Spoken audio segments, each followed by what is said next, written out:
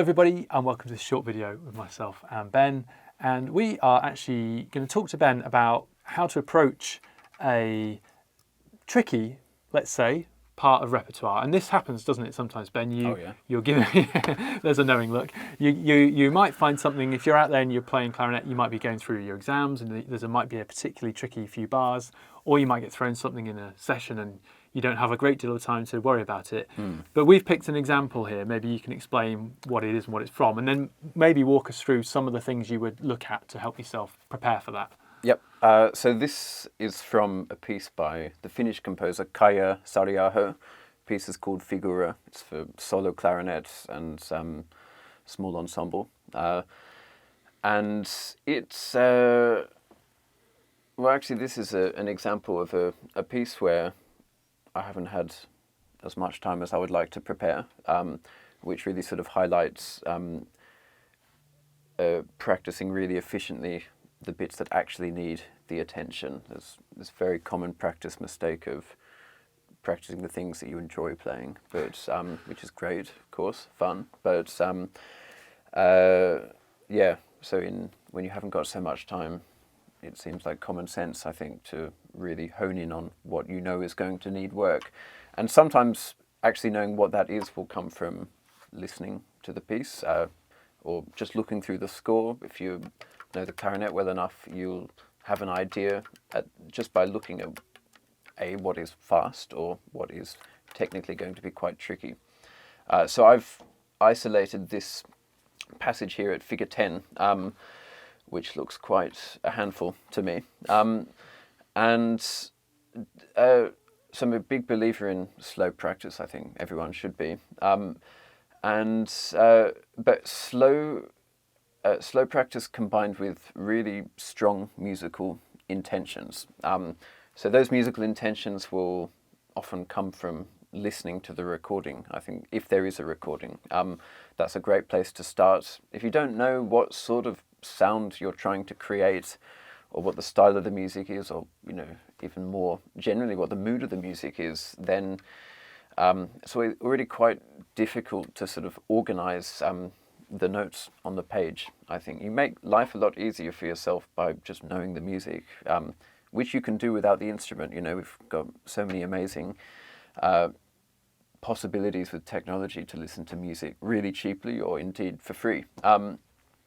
So figure 10. So I'm looking at clues, musical clues first, and I think a very key one is actually right here, agitato. That's agitated. It's telling me what kind of mood I'm going to be wanting to play the music in.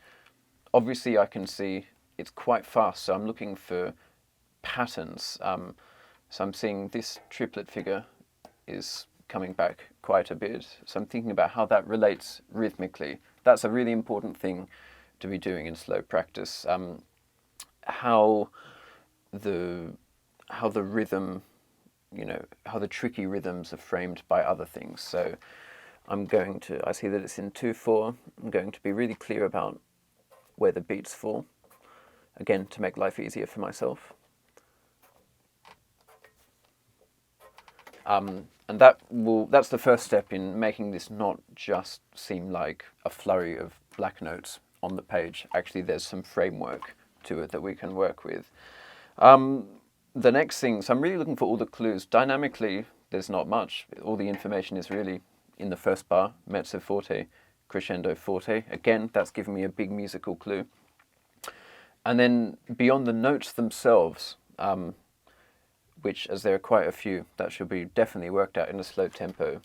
I would say the last remaining clue here is the phrasing. So there is this same pattern, ba-da-la-dum, and then it's slightly different, ba-da-da-pi. So different, I'm articulating at a different point. Sometimes it's a group of 4 notes, sometimes it's a group of 3. So all of this information, it might sound like quite a laborious process, but actually going into this sort of depth at a really slow, relaxed tempo, when ultimately we want this to be agitated and really fast, it's only going to help us, I think. So first step, I've got all this information in my head, mood, dynamic, where the beats fall, what the phrasing patterns are. So I'm going to have a go really slowly and then see how it feels to me.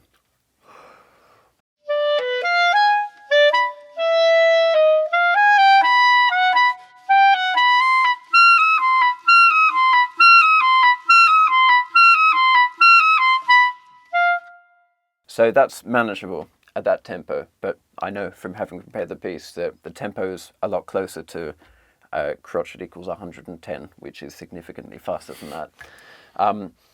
So actually, before notching up the speed, even though I felt quite relaxed at that speed in a sight reading point of view, I'm going to now think about, even at that slow tempo, where did I feel slightly uncomfortable, or where did it feel slightly unnatural, the patterns on the page. So actually around that C sharp, it's a tricky jumping register like that, that's coming back quite a bit. So, I'd usually use that fingering for it, but I know that at speed, which is about, it's quite tricky to jump like that. So I've got a couple of different C sharps I could use. So I'd be thinking about what is the best one that is going to help me get towards my musical intentions. And I'd use this single index finger one.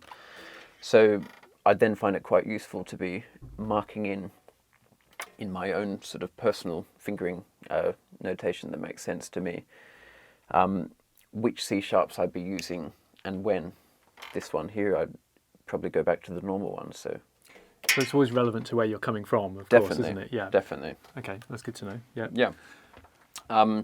So basically, I'm using this relaxed opportunity of the really slow tempo to get all the information, find my own personal way of how I'm going to achieve these challenges, these technical challenges. And I feel that when all of those are in place, you've got them then. You've got the idea, the technical idea and the musical idea, and you're then at an opportunity where you can raise the tempo. Okay, so all of that has to happen first. In my opinion, it doesn't. For your method. For me, yeah. And I think it just, the thing that we want to always carry, the most important thing is the musical intention. So if we've sort of fostered this at quite an early stage in the learning process, because all of these fast notes, they mean something musically. If we know what they mean, then I think that will really aid us, and it will probably make life easier. Interesting. Excellent. Okay. I think we should probably hear it if we can. Sure. At full whack. I'll have a go. Thank you.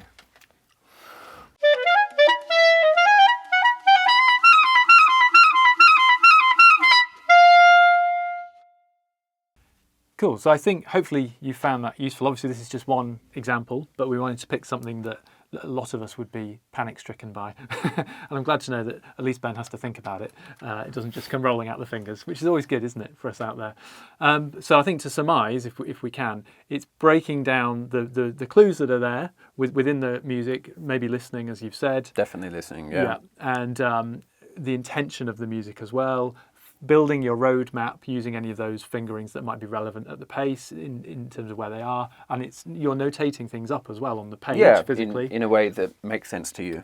Yeah, and then that might be the time then to crank the speed back up when you have all of that. Yeah, because I think if one or two of those elements that you mentioned are not quite in place, and you're exactly, and then you're getting the speed up, but you don't really understand those things, it will catch you up. So I think it is part of it as well. I know we've talked about the practical things and also the musical side of things, but I would imagine for a lot of people sometimes it's a little bit in your head as well. You know that bit's coming, and sometimes that can crush the breathing down a little. For sure. So how much of it is about keeping a stable, and that comes from prep, I suppose. I think so much of it is obviously. Performance situations feel completely different to the practice room situation, and so just somebody like Harry Kane or Mohamed Salah, incredible penalty kick takers. when you watch them do it time and time again, except for that famous one that Harry Kane missed, hilarious. They look so poised. They don't look nervous, and that's because they spend probably every single day doing it. Not just the physical action of the kick, but getting into that mindset. I think that's a similar thing in the practice room. We need to sort of build as much confidence at every stage of the learning process as we can. Fab, brilliant, good stuff. Thank you, Ben. We've done a range of videos with Ben about different technique help and clarinets and info about that, so do check those out. But thank you very much indeed. You can all go away and practice that bit now and send us your clips. We look forward to seeing them. And we'll be back to you very soon, so do keep tuned. And again, from Ben and myself, thank you very much, and we'll speak to you again soon.